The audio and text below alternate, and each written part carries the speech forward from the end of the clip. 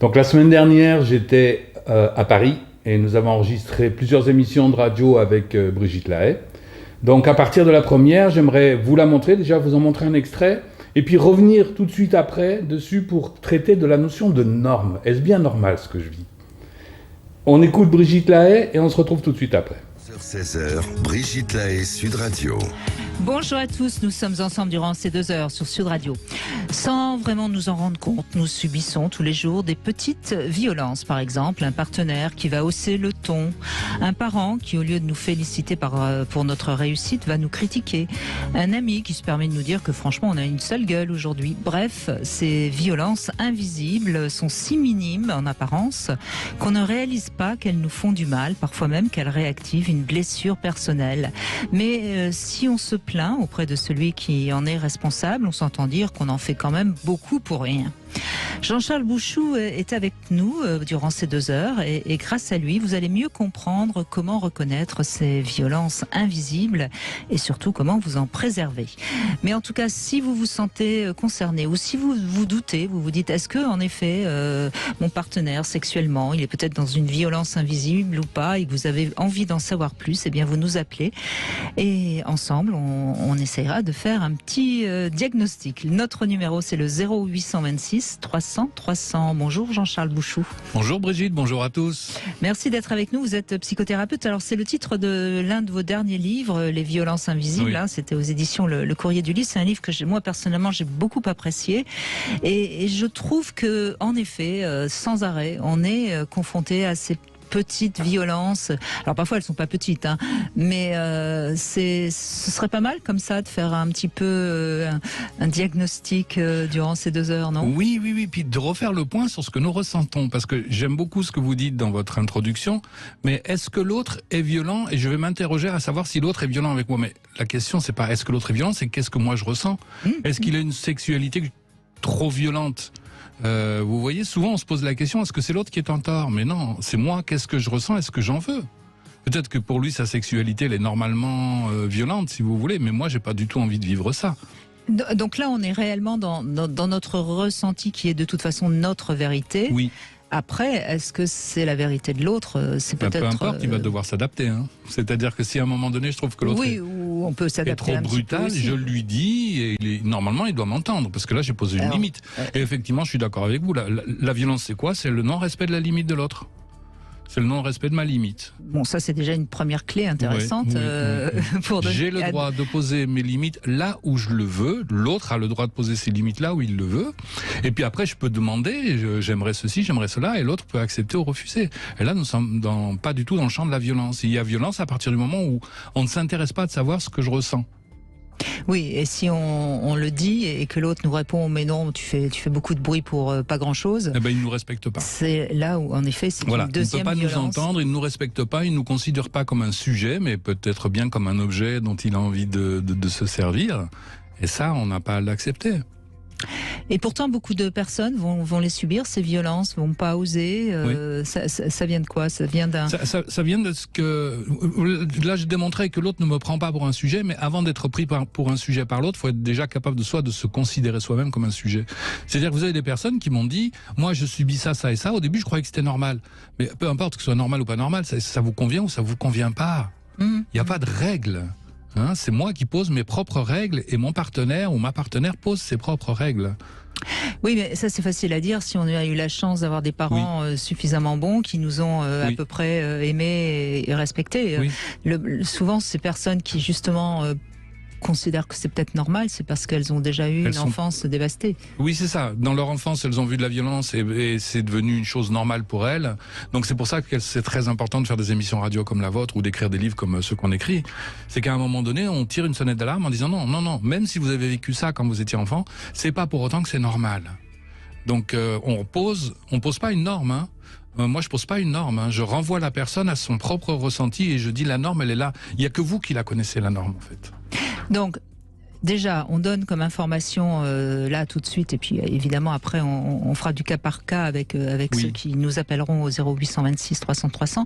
Mais on dit déjà que si votre partenaire ou votre parent ou quelqu'un de votre famille ou même votre employeur vous fait souffrir, Oui. ou en tout cas vous fait quelque chose qui est désagréable, c'est une violence invisible. C'est Pour une vous. violence invisible tant que je n'en ai pas conscience. À partir du moment où j'en prends conscience, ça devient une violence tout à fait visible et à ce moment-là, je peux réagir. C'est pour ça qu'il est important de passer de l'inconscient au conscient. Une fois que j'en ai conscience, tout simplement, je dis à l'autre et s'il n'est pas capable de m'entendre, je vais devoir poser de la distance. Alors, c'est facile à dire, c'est pas toujours facile à faire. Si c'est un parent et si je suis majeur, je peux prendre de la distance avec mon parent, même si c'est difficile. Si c'est un conjoint, à un moment donné, je vais lui expliquer ce qui me convient pas. Mais comme je l'ai déjà dit, s'il n'est pas capable de m'entendre, je vais être obligé de poser de la distance, voire de m'en aller. Si c'est un employeur, alors ce qui est intéressant quand même, c'est que de comprendre que la violence invisible, à partir du moment où j'en prends conscience, elle devient visible, elle est moins difficile à supporter. C'est-à-dire que je suis conscient que mon employeur se comporte mal, mais je suis conscient que je dois aussi rester dans mon travail parce que j'ai besoin de cet argent. Mais je vais changer de toute façon et il va le sentir. Et à mon avis, son attitude va changer. Oui, mais même si elle ne change pas, il va bien voir que on ne subit plus de la même manière. Ouais, c'est ça. Ouais. Et puis, de toute façon, même si je pars pas tout de suite parce que j'en ai pas les moyens, je vais peut-être commencer à chercher du travail et je vais aller investir mon énergie ailleurs. Vous voyez, tout change de toute façon dans mon esprit à partir du moment où je me contente pas de subir. Là, je suis dans la réaction. Il faut réagir en fait. Bien sûr.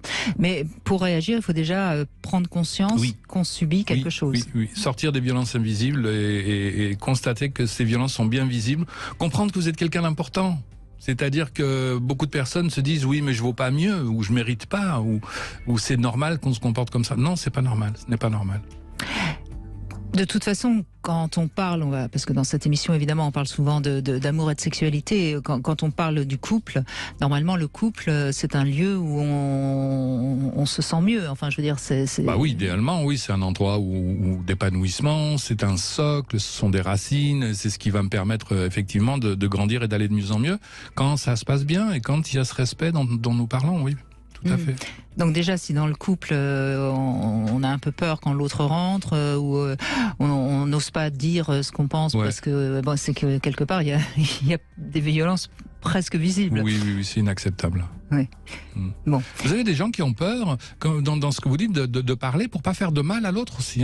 Parce que les violences invisibles, elles peuvent être infligées par l'autre, mais bien souvent, nous les infligeons nous-mêmes. C'est-à-dire, je vais pas dire à l'autre que je n'aime pas son attitude parce que j'ai peur de le blesser. Ça existe.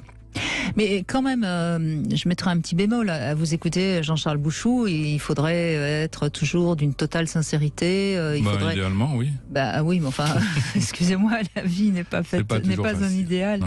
Quelquefois, on triche. Dans le couple, on est quand même un peu obligé de composer, non ? Pas trop. Oui, mais pas trop, non, on devrait pas. Je comprends pas pourquoi. Pourquoi est-ce qu'on doit composer ? Ça dépend après où situe votre vérité. Si votre vérité c'est je ne veux pas être maltraité, non, il n'y a rien à composer du tout. Si votre vérité c'est j'ai l'impression que l'autre a pris du poids et si je lui dis je risque de le blesser, effectivement, oui, c'est gentil d'être de pas dire les choses trop crûment. Même voire parfois de ne pas les dire du tout. Mais ça, c'est différent. On parle de l'autre en tant que sujet. Mais quand soi-même on est le sujet du problème, non, il y a rien à négocier. Bon, donc je vous invite vraiment, si vous êtes en couple et que vous avez l'impression qu'il y a des choses qui vous conviennent pas, que vous avez un ressenti qui n'est pas très agréable, vous êtes peut-être en train de subir des violences et si vous avez envie qu'elles soient visibles, eh bien vous nous appelez. Jean-Charles Bouchou va vous aider à décoder ce que vous ressentez, si c'est en effet une violence ou pas. Donc on me pose souvent la question, est-ce bien normal ce que je suis en train de vivre ? Mais comme, pour ne pas changer, j'aime pas répondre aux questions. Pourquoi ? Parce que la norme, c'est vous qui la posez. Donc je ne sais pas si c'est normal ou si ça n'est pas normal. Vous avez des personnes qui aiment qu'on leur parle mal, par exemple, pendant qu'elles font l'amour. Vous avez des personnes qui aiment une certaine brutalité, une certaine violence. Puis vous en avez d'autres qui ne le supportent pas. C'est le sujet qui doit poser sa norme, qui doit dire, écoute, là, ce que nous venons de vivre ou ce que tu me proposes de vivre ne m'intéresse pas. Et à partir de là, l'autre doit composer avec votre désir et vous composez avec son désir. C'est-à-dire qu'il doit entendre ce que vous ne voulez pas, vous devez au moins entendre la négative, c'est ça. Il doit entendre ce que vous ne voulez pas, vous devez entendre ce qu'il ne veut pas. Ensuite, vous allez chercher un terrain d'entente, qu'est-ce que vous avez envie tous les deux, qu'est-ce que vous trouvez en commun. C'est beaucoup plus important qu'il n'y paraît, parce que vous avez des personnes, je l'ai déjà dit pendant l'émission, qui vont rester avec quelqu'un pendant très longtemps, de nombreuses années, en disant, qui me disent ensuite, je croyais que c'était normal, mais stop avec la norme, stop. Est-ce que vous aimez ce que vous vivez ou est-ce que vous ne l'aimez pas ? Est-ce que vous avez envie que ça continue ou est-ce que vous avez envie que ça change ? Voire même, est-ce que vous avez envie que ça s'arrête ? C'est vous qui posez la norme. Nous avons chacun notre norme. De la même façon, j'entends parfois des personnes dire « Oui, mais là, je viens de réaliser plusieurs choses. Je ne trouverai jamais quelqu'un qui me correspond. » C'est-à-dire que j'ai changé et... Comment dire, la société attend d'une femme ou la société attend d'un homme qu'il soit comme ci ou qu'il soit comme ça. Stop, là aussi vous vous trompez. Il existe quelque part une personne qui a envie de vivre la même chose que vous. Je veux dire par là que son couple, puisque c'était du couple dont nous parlions avec Brigitte Lahaie, son couple, il appartient à chacun de l'inventer. Et peut-être que vous avez un désir extrêmement particulier, je ne sais pas, aller dormir dans la nature ou faire des choses que les gens normaux ne sont pas intéressés par ça. Sachez quand même que si vous aimez ça, il y a des personnes qui vont avoir le même désir que vous, ça existe. Donc on peut inventer, imaginer sa vie. J'ai presque envie de dire c'est sans limite. Sans limite, bien sûr, dans la retenue d'une déontologie, des règles que l'on va poser. Évidemment, il y a des choses qu'on ne fait pas subir aux autres contre leur gré. Mais après, libre à vous d'inventer votre vie et des possibles, il y en a une infinité. Voilà, je voulais revenir sur cette notion de norme parce que je sais que c'est un boulet attaché à notre pied, c'est ce qu'on appelait l'idéal du moi en psychanalyse, c'est comment faudrait-il que je sois pour que les autres continuent de m'aimer. Stop. Je vous avais donné un extrait dans une autre vidéo que j'avais tournée à Casablanca de cette chanson qui s'intitulait « Quel sale bonhomme ». Je vous invite à la réécouter si vous voulez, je vous en mets un petit extrait encore. De nouveau, ou je vais vous mettre le lien de l'interview que j'avais fait à Casablanca et vous pourrez aller l'entendre, cet extrait de chanson. Voilà, je vous souhaite une bonne continuation et je vous dis à bientôt. Au revoir.